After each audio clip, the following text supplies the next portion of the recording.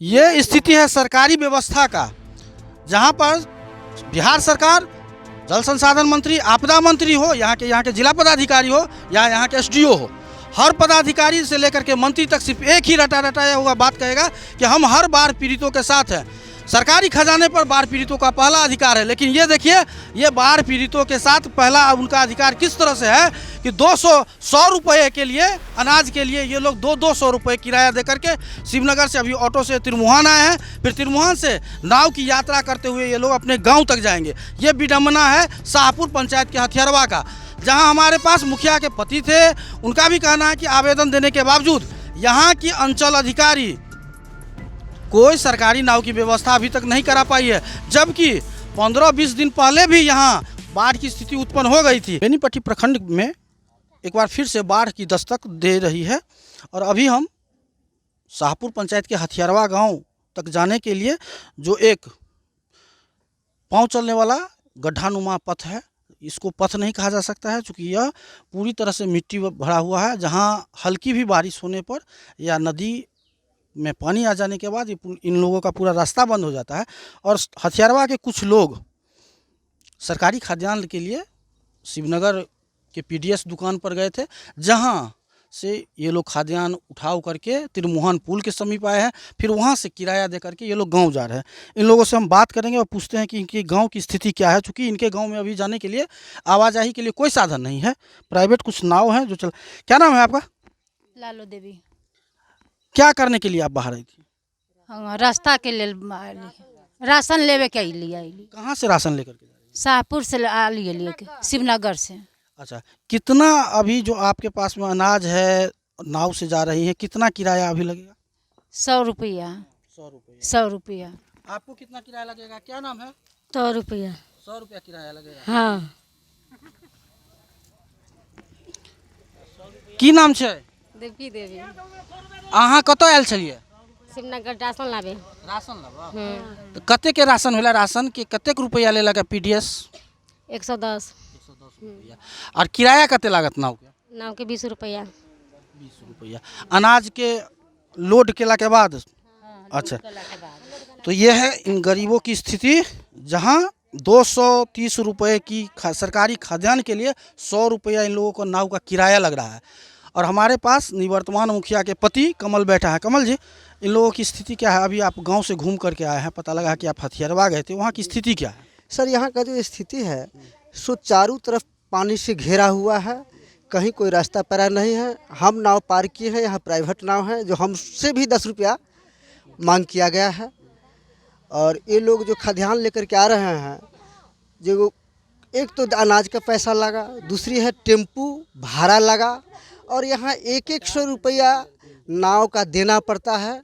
बहुत मजबूरी के साथ यहाँ ये लोग का समय बिताना पड़ता है। हमको लगता है कि सारा दिन में एक आदमी 2-3 बार 4 बार अप डाउन करता है। घर का ऐसा बहुत सामान है जो कभी कुछ न कुछ भूलते रहता है, लोग आते रहता है। खास करके मुझे कहना है कि बच्चे जो पढ़ने आता है उससे भी यहाँ पैसा लगता है।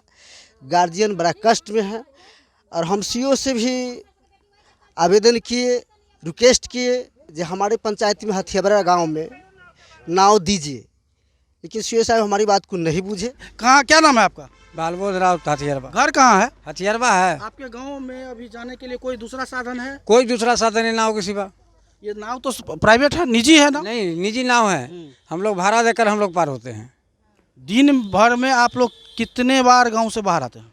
जितना जरूरी हो जाता है आना ही पड़ेगा। कोई दवा है, कोई दारू है। 4 बार 5 बार जितना 4 बार अगर 5 बार आप लोग आवाजाही करते हैं तो कुल कितना शाम तक कितना किराया के रूप में नाविक को आप देते हैं? 100 रुपया लग जाता है, ऊपरों लग जाता है जी। हाँ, जैसे कि साग है। नहीं, हम लोग का है कितना लग जाता है कोई ठीक नहीं है जी। हाँ, आना जाना है तो कितना लग जाएगा कोई ठीक ही नहीं है। अच्छा, हथियारवा में कुल कितने परिवार हैं? कुल 80 परिवार करीब करीब है कुल। तो ये स्थिति है हथियारवा गांव की, जहां पर 100 परिवार तक रह रहे हैं।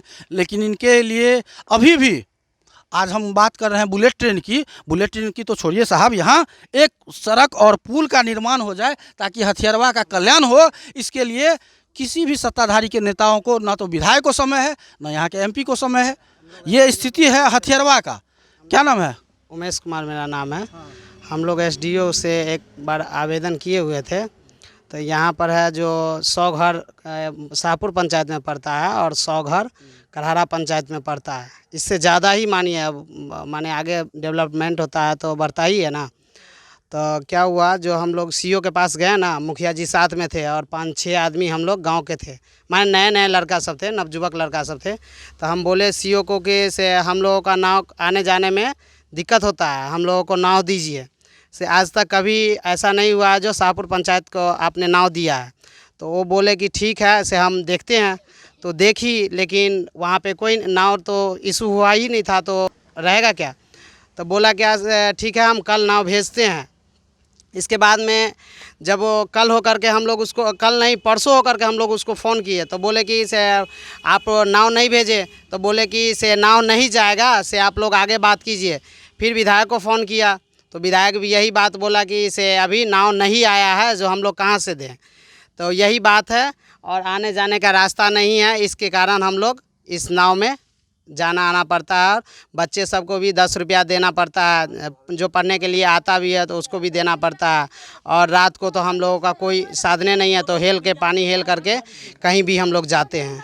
इतना ही है हम लोगों का, आप लोग नाव दिलवा दीजिए और रास्ता भी का उपाय। तो ये स्थिति है शाहपुर पंचायत के हथियारवा का, जहां इस युवक ने आपको बताया कि करीब 200 परिवार, 100 परिवार शाहपुर पंचायत और 100 परिवार करहरा पंचायत से बिलोंग करता है। लेकिन यहाँ एक मूलभूत समस्या का निदान जो करना चाहिए था, अब तक पता नहीं यहाँ के लोग कब जागेंगे और इनके जनप्रतिनिधि कब इनके वोट के महत्व को समझ करके यहाँ एक सड़क और पुल का निर्माण करा पाएंगे। ये तो खैर भविष्य की बात है, लेकिन फिलहाल यहाँ सरकारी नाव की काफ़ी ज़रूरत है। तिरमोहान से कन्हैया मिश्रा।